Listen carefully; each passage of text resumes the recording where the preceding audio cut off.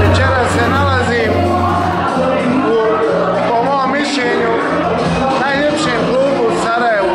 Estetski je nekako predivan, daje jednu određenu atmosferu. A što se tiče razglasa, jako je dobar. Mogu bi reći, ne znam, moram pitat kolege muzičare. A to je legendarna Sloga.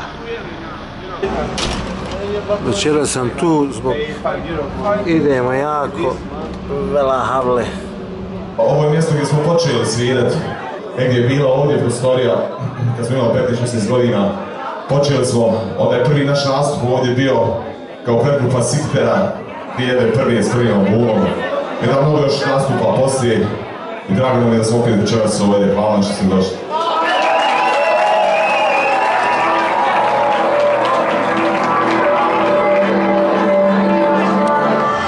Na prizemlju se nalazi ovaj interesantni dio, kao bar neki. Kao što vidite, WC jako pristojan.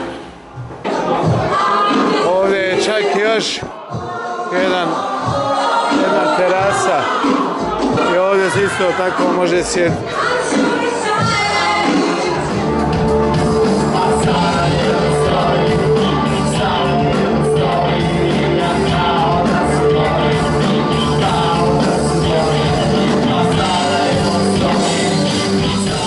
Ko ne poznaje Sarajevo baš najbolje, do Sloge se može doći ovom ulicom koja je u stvari pritoka Titove ulice, kao što vidite.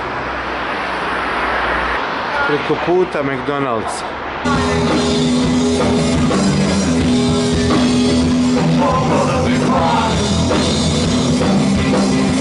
Da je ovo Las Vegas, ovo bile ženske noge,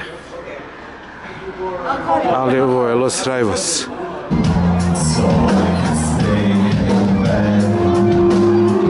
Ženske noge bi gore štiklama držale plafon.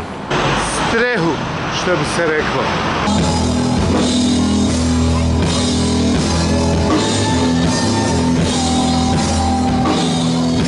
I evo baš me sad stranci neki pitaše, excuse me, do you know where is Sloga? Ja budala ne snimi tu konverzaciju, a dobro bi došla da im objasnim gdje je. Ja rekao, baš sam evo sad objašnjavao u kameru i onda ti pustim film.